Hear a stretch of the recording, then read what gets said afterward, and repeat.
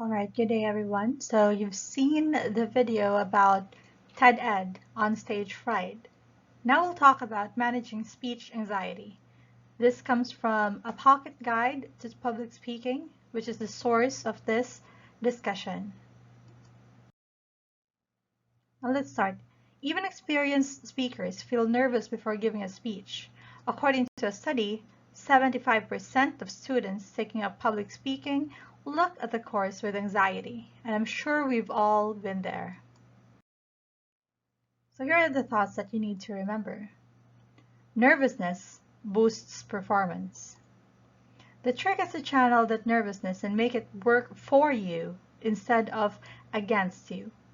Don't forget that. You need to use that nervousness to make it work for you rather than against you. So how do you do this? How do you channel that nervousness to something exciting? So what causes speech anxiety? You need to be able to identify what makes you anxious. So there are different factors that cause speech anxiety, and each of this factor would become a hindrance to speaking publicly. So it is best to be able to identify the stage you start to get anxious. The first factor of speech anxiety is lacking positive experience.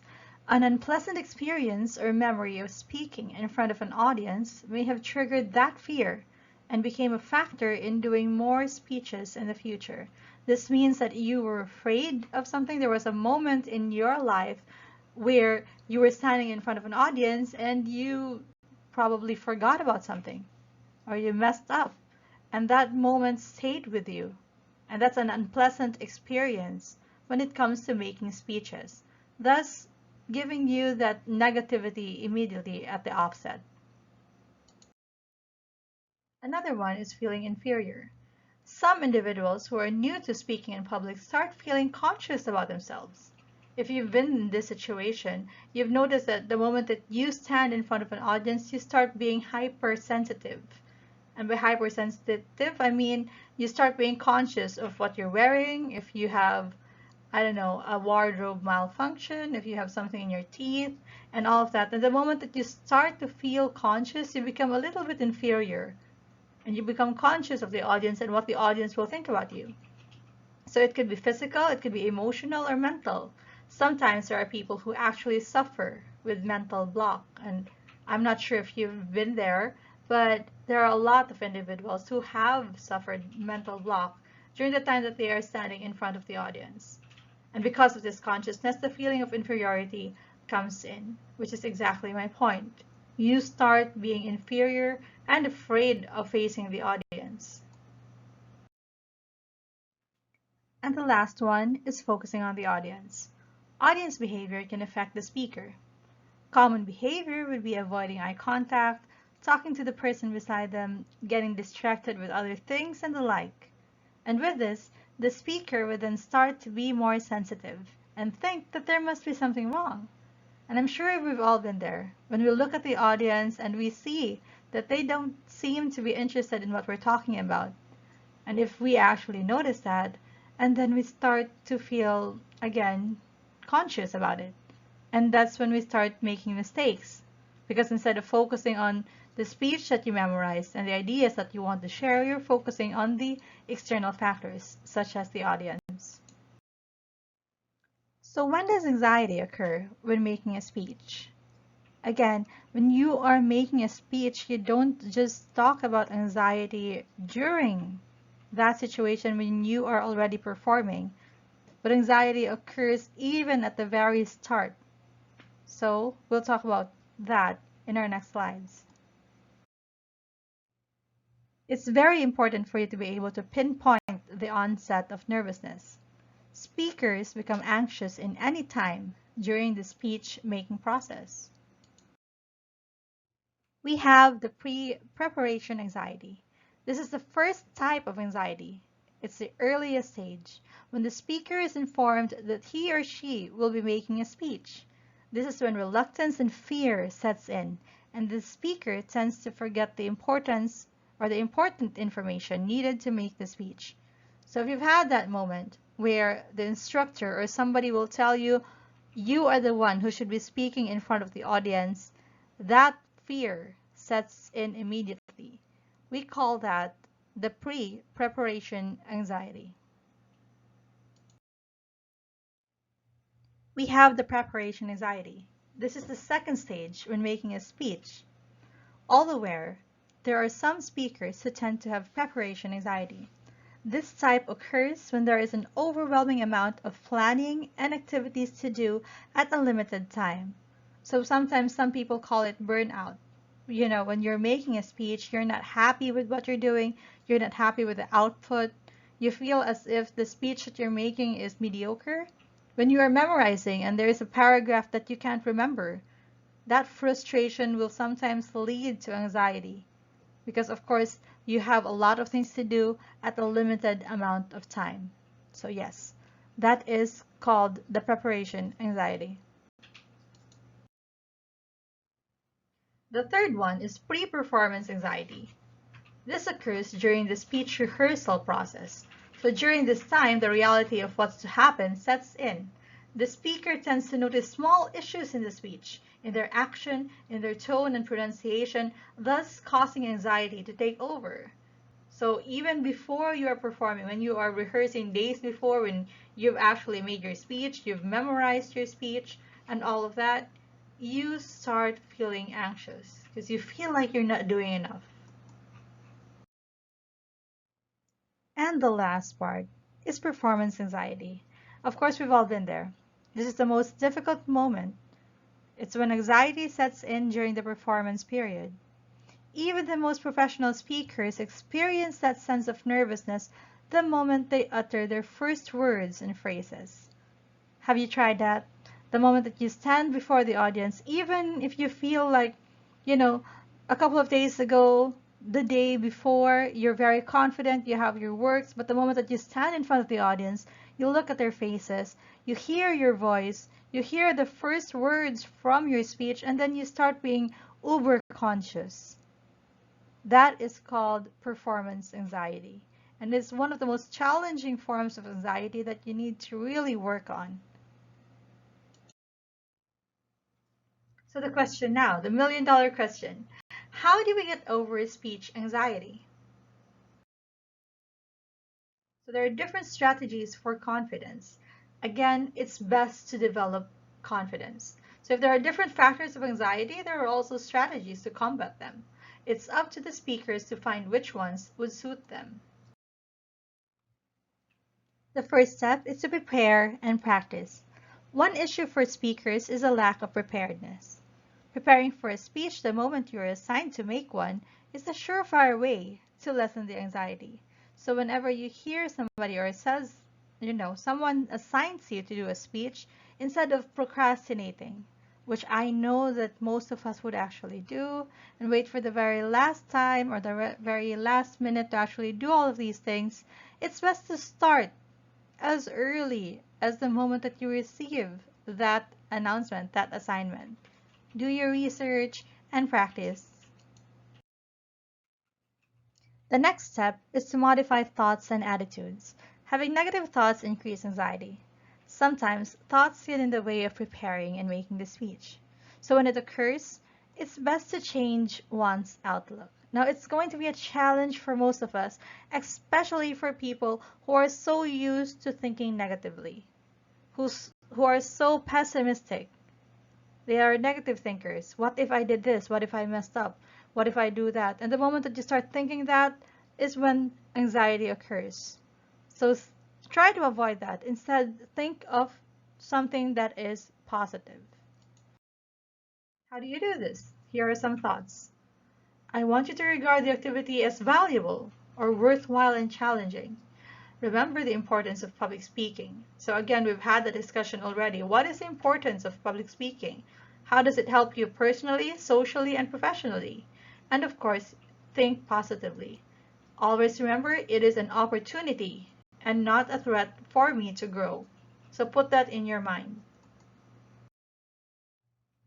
Visualize success. Now, this might be a long shot, but it's very easy for you to actually envision, manifest success.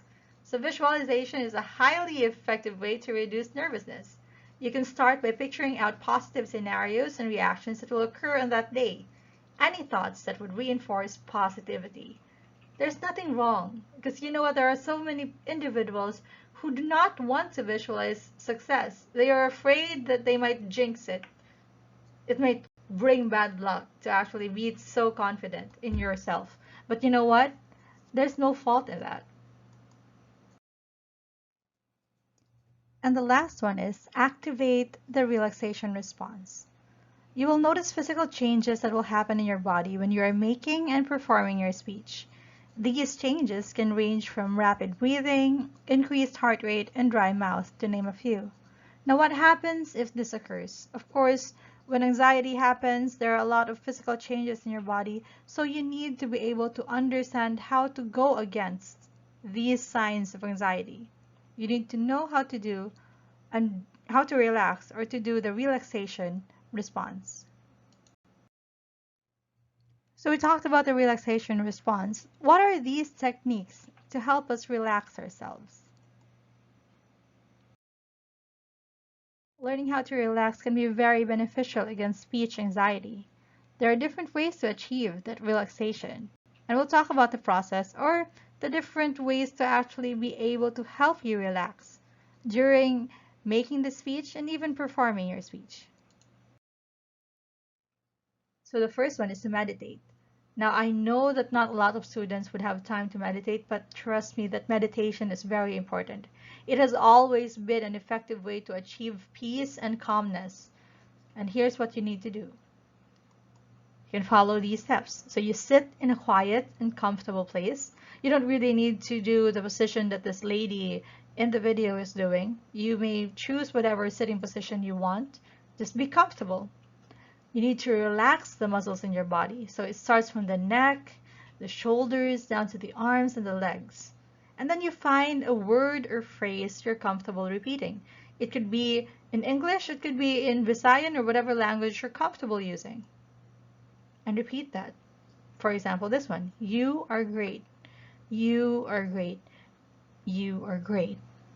Breathe slowly and repeat the word or phrase until you feel calm. So I want you to do this for around 20 or 10 minutes. It can really help boost your confidence and make you feel calm. Another way to help you relax is when you use stress-controlled breathing. Now, shortness of breath is often one of the physical issues that occur. So if you've noticed, sometimes when you are performing your speech, you tend to lose air. So this is how you have to learn to do breathing exercises. To combat that, you can follow these two stages. Now for stage 1, inhale, but make sure that your abdomen expands. Because usually when people are asked to inhale, they suck in their belly. And that's wrong. So you have to make sure to inhale and make sure that it goes through your nostrils, down through your lungs, and your belly widens or expands. And when you exhale, you make sure that your abdomen goes in and you exhale through your mouth. Stage 2 is when you exhale, you say a word that makes you feel assured. So it could be a word or a phrase, it could be in English, it could be in Visayan, it could be in another language that you want to use, and whatever word that makes you feel better, you repeat that again. So for example, okay, you use the word okay. So inhale through your nose, make sure that your belly expands, and then say okay as you exhale through your mouth. Now please take note that stress-controlled breathing can be more effective if you've done this several days before the speech. That way, you would know how to control your breathing the moment that you are performing in front of the audience or in front of your instructor. Okay, so let's practice stress-controlled breathing. Try to put a hand on your abdomen or your belly and feel it expand or enlarge when you inhale. So you can do it sitting down, standing up, even lying down.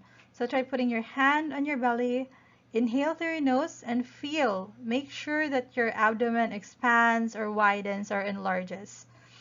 So when you do that, you hold in for a few seconds and you exhale. And once you exhale, you feel your abdomen going in, your belly going in. So try practicing that. That is the proper way of breathing. And the moment that you actually know how to properly breathe, you will not experience, and trust me, this is true, you will not have a hard time and have shortness of breath when you are performing. So try to practice that proper way of breathing. That's stress controlled breathing.